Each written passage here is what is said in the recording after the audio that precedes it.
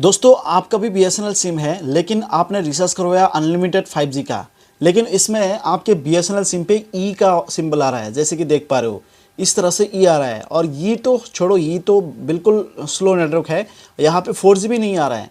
तो आज मैं यही बताऊंगा ई हट के 4G कैसे आएगा। BSNL network problem. दोस्तों आपने बीएसएनएल पे अनलिमिटेड 5G एक्टिवेट किया और बीएसएनएल पे रिचार्ज भी करवाया, लेकिन ई सिंबल आ रहा है, 4G भी नहीं आ रहा है और सही से नेटवर्क भी नहीं चल रहा है। तो यही प्रॉब्लम अगर आपके बीएसएनएल पे हो रहा है बार बार, तो इस वीडियो को देखो। इस वीडियो में आपको कुछ ऐसे सेटिंग बताऊंगा जिस सेटिंग को करने के बाद आपके फ़ोन में जो बीएसएनएल है, 5G तो अभी नहीं चलेगा हर जगह, क्योंकि 5G पे नेटवर्क 5G का टावर हर जगह पे अवेलेबल नहीं है, और फिर भी 4G तो चला सकते हो आराम से। तो बस दोस्तों इस वीडियो को शुरू से लेकर लास्ट तक जरूर देखना। तो दोस्तों आपको फिर से स्वागत करता हूं आपके ही बीएसएनएल ऐप्स की दुनिया में। दोस्तों मैं हूं आपका दोस्त, आपका भाई आसिफ। तो बिना रश करे चलो देखते हैं, लेट्स गेट स्टार्टेड।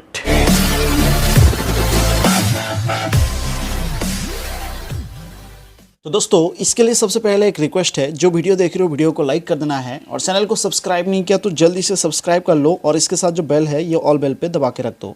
और इसके साथ साथ जो कमेंट बॉक्स देख पा रहे हो, जैसे दोस्त लोगों ने कमेंट किया तो आपको भी यहाँ पे कमेंट कर देना है बीएसएनएल नेट प्रॉब्लम फिक्स।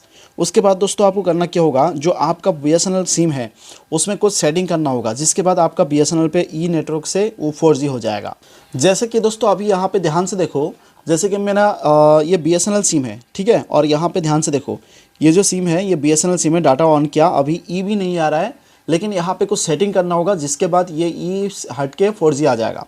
तो यहाँ पे इसके लिए क्या करना है, सबसे पहले फ़ोन के सेटिंग पे चले जाना है, और फ़ोन के सेटिंग पे चले जाने के बाद दोस्तों आपको करना क्या होगा, मोबाइल नेटवर्क्स करके एक सेटिंग मिलेगा, इसमें आपको क्लिक करना होगा, और फिर जो भी आपका बीएसएनएल सिम है ना इसमें आपको क्लिक करना होगा।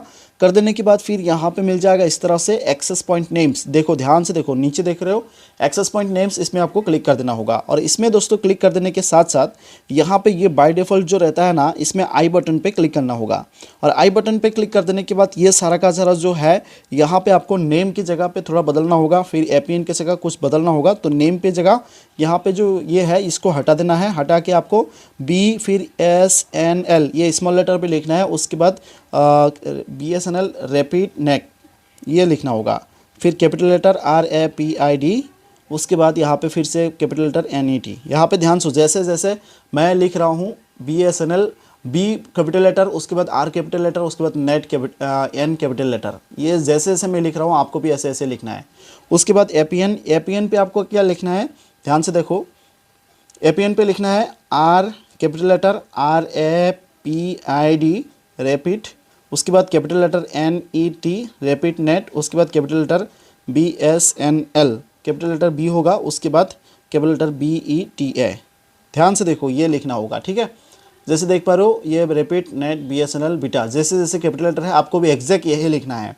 उसके बाद प्रॉक्सी छोड़ देना है, पोर्ट छोड़ देना है, फिर यूज़र नेम पे आपको लिखना है, यूज़र नेम पे लिखना है कैपिटल लेटर SPEED स्पीड, उसके बाद लिख देना है बॉट BOT स्पीड बॉट, उसके बाद डॉट, उसके बाद कैपिटल लेटर RAPID रैपिड, उसके बाद कैपिटल लेटर नेट N ये लिखना है, ठीक है। यूज़र नेम पे speed bot dot R capital letter होगा, उसके बाद N कैपिटल लेटर होगा, ये लिखने के बाद ठीक है हो जाएगा। उसके बाद आता है पासवर्ड छोड़ देना है सर्वर, फिर सर्वर पे थोड़ा चेंज करना है। सर्वर पे आपको यहाँ पे लिख देना है www 3 बार स्मॉल लेटर, उसके बाद डॉट, उसके बाद स्मॉल लेटर BSNL, उसके बाद .co, उसके बाद .in, ये एग्जैक्ट यही लिखना है, ठीक है। और लिख देने के बाद उसके बाद बस MMSC ऐसे छोड़ देना है, फिर MMSC और प्रॉक्सी ऑथेंटिकेशन टाइप ये नॉट रहेगा, ये PAP और CHP सिलेक्ट करके रखना होगा, ठीक है। और फिर यहाँ पे डिफ़ॉल्ट ये सिर्फ यहाँ पे APN टाइप सिर्फ डिफ़ॉल्ट पे रहने देना है, ओके।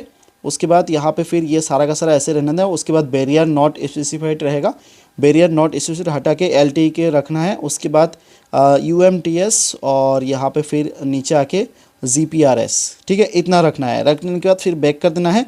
बैक कर देने के बाद उसके बाद ये सारा का सारा सिलेक्ट हो गया, आपने सेंस कर लिया, एग्जैक्टली जो मैंने लिखा है वही लिखना है। उसके बाद बस आपको राइट कर देना है, राइट कर देना, सेव चेंजेस आएगा, बस आपको सेव कर लेना है।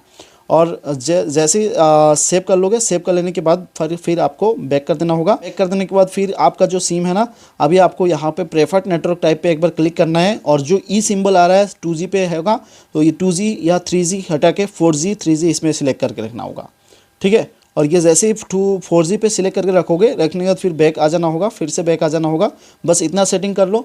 इतना सेटिंग कर लेना, ऊपर से क्लिक कर दो। ऊपर से क्लिक कर देने के बाद फिर एक बार आपका जो फ़ोन है ना, फ़ोन का एरोप्लेन मोड को ऑन कर दो।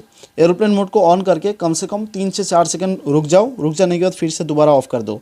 ऑफ़ कर देने के बाद फिर से जैसे ही दोबारा ऑफ़ कर दोगे तो आपका फ़ोन जो है यहाँ पे देखना नेटवर्क चला जाएगा, और नेटवर्क आने के लिए थोड़ा टाइम लगेगा। और जैसे ही नेटवर्क आएगा, यहाँ पे डाटा ऑन मैंने करके रखा, देखो अभी नेटवर्क आया और यहाँ पे देखना 4G दिखाएगा। तो दोस्तों जैसे कि अभी मैंने आपको लाइव टू लाइव दिखाया, बस इस सेटिंग को कर लो। उसके बाद देखना आपके फ़ोन में जो ये ई सिंबल को हट के 4G आ जाएगा और आपके फ़ोन में ये 4G इंटरनेट स्पीड चलेगा। तो अगर दोस्तों आपको वीडियो पसंद आया और वीडियो से थोड़ा भी हेल्पफुल लगा तो वीडियो को लाइक कर देना और चैनल को सब्सक्राइब करके उसके साथ जो बेल है ना, वो ऑल बेल पे दबा के ज़रूर रख देना।